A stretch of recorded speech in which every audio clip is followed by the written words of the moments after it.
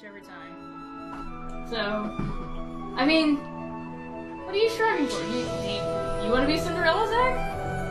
It's just you'd have to play through the whole route. The chat's spoken. Yeah, okay. Do you guys want Zach to be Cinderella? Okay, well, roll your chair over here so you can look at it. Alright. Here we go. Okay, so... Alright, let's let the game play here. So, go ahead and start it. Put it on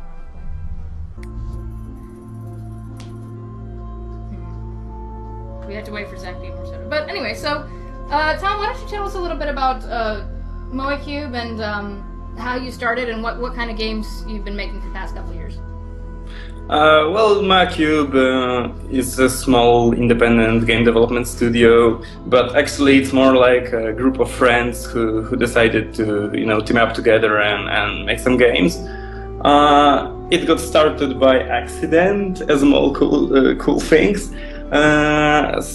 Actually, we came up with the idea for Cinders when we were stuck in traffic with Graciana, who's our artist, and we're working in the video game industry. We used to drive to the office together and back home because we live nearby. So we were stuck in traffic a lot and had a lot of time to talk. And one day she came with this idea that maybe we should make a visual novel, which is a fairy tale, but one that you can completely change with your choices. Like do stuff that's totally opposite to the original fairy tale if you wish. So, like, I don't know, let's say you're doing a Cinderella and you can poison your stepmother instead of becoming the princess. So we talked about it a bit and it seemed like a fun idea. We were playing a lot of other indie visual novels at that time, and they were all pretty cool, but we kind of felt that we could try to make it more professional looking and stuff like that.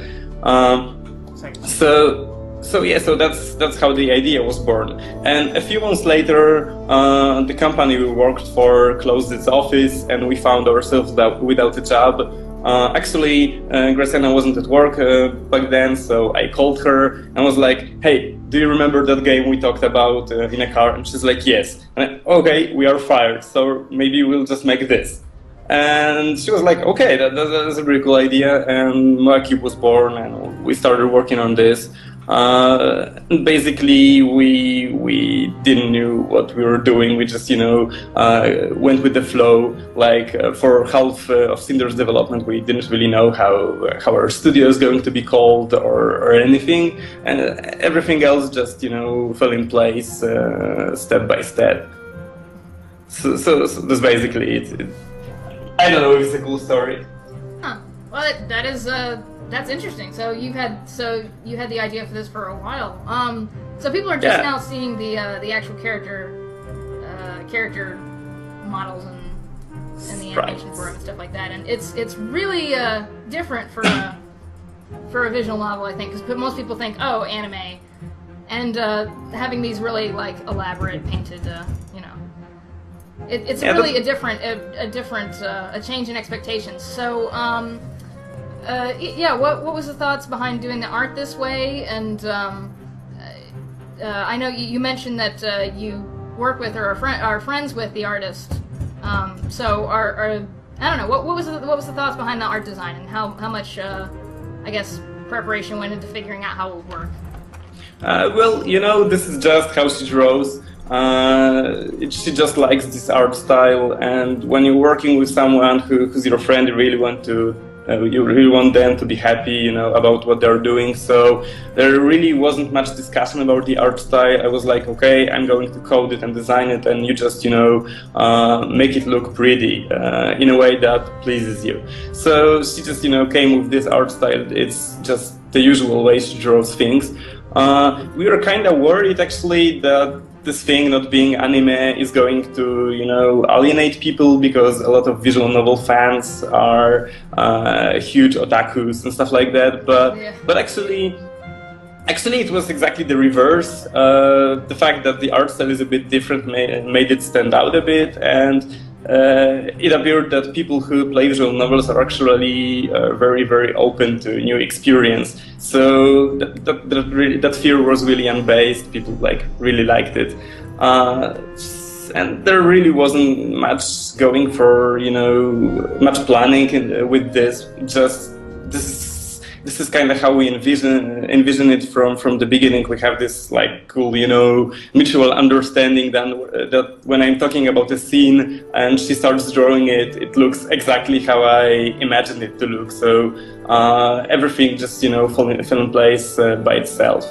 Oh, I like this fire here, this fire particle, this fireplace. Mm-hmm.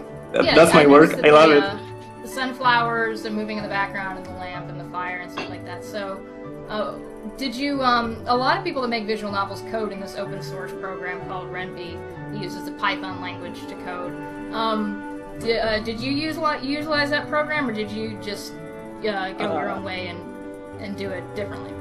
Oh, someone says they love my accent, thanks. But no, we didn't use Ren'Py actually, or Ren'Py. I'm not sure how it's spelled, but it's a pretty cool program. But we wanted to go for more visual fidelity, more special effects and stuff like that. And it was easier for me to code my own framework for stuff like this. It took a little more time to write something where you can just write scenes and put it in the game, but I think the effort was worth it. Stuff like those sun rays falling through the window and that fireplace would be pretty hard to do on Ren'Py, and I think it adds a lot to the experience. It makes it more like an actual place rather than an illustration.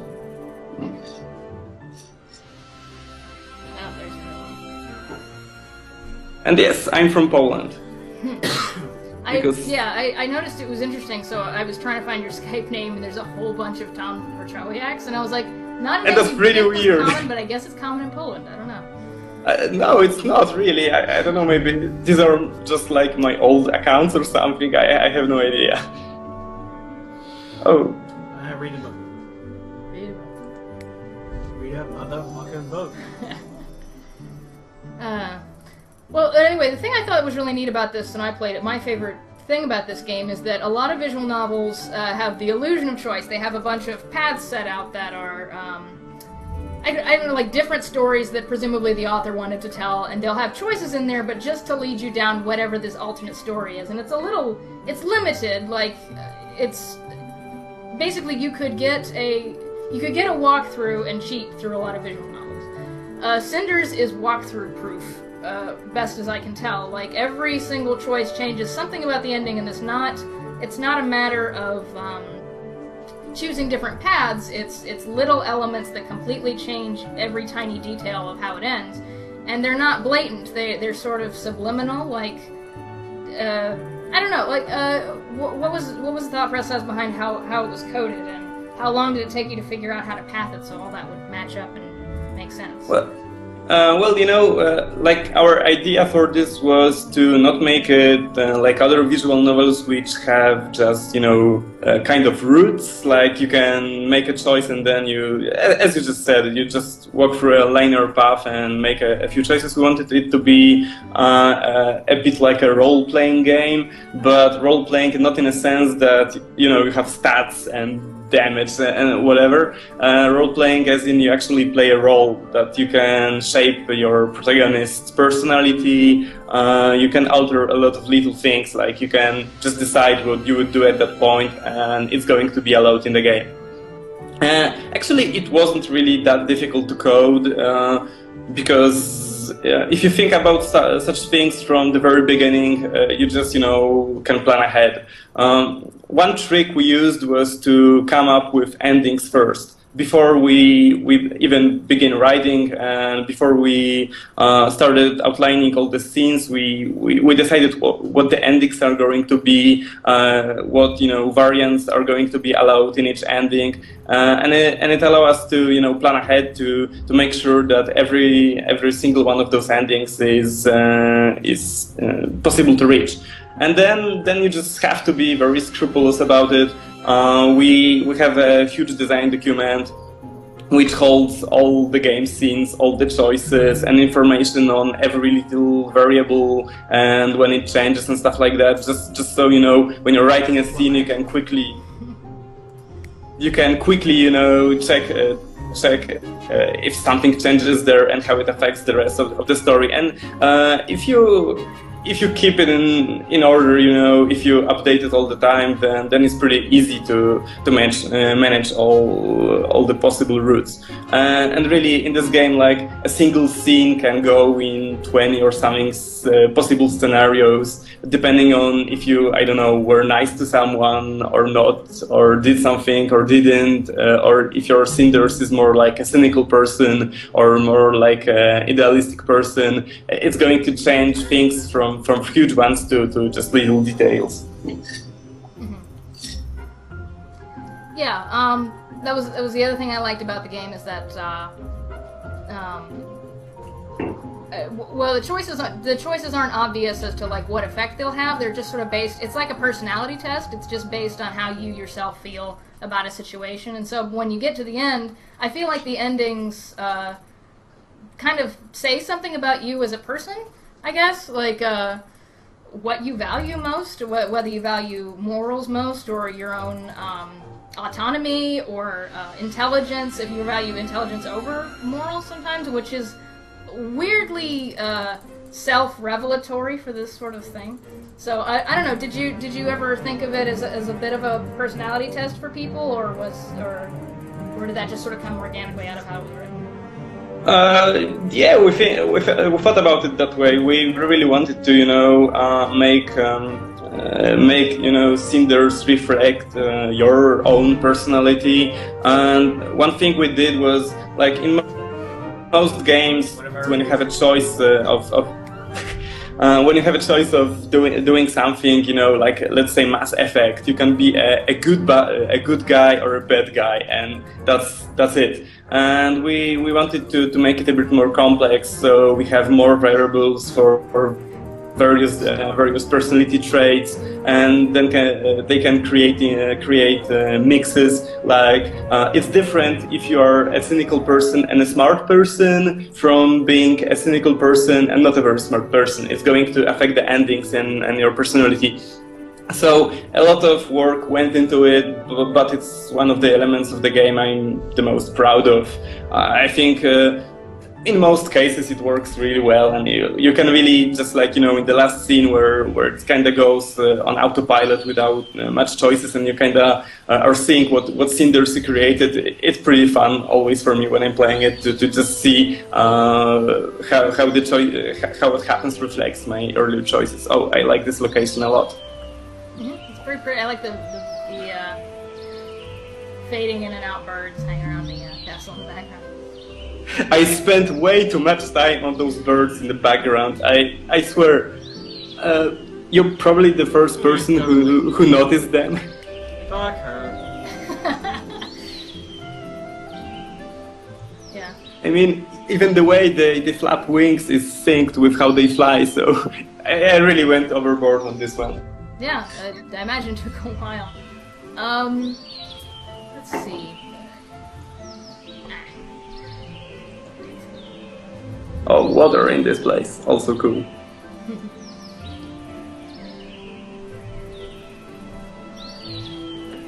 I remember, I think it's, even for people that are like replaying and getting every detail, it's a little bit, I guess a little bit revealing. Sure.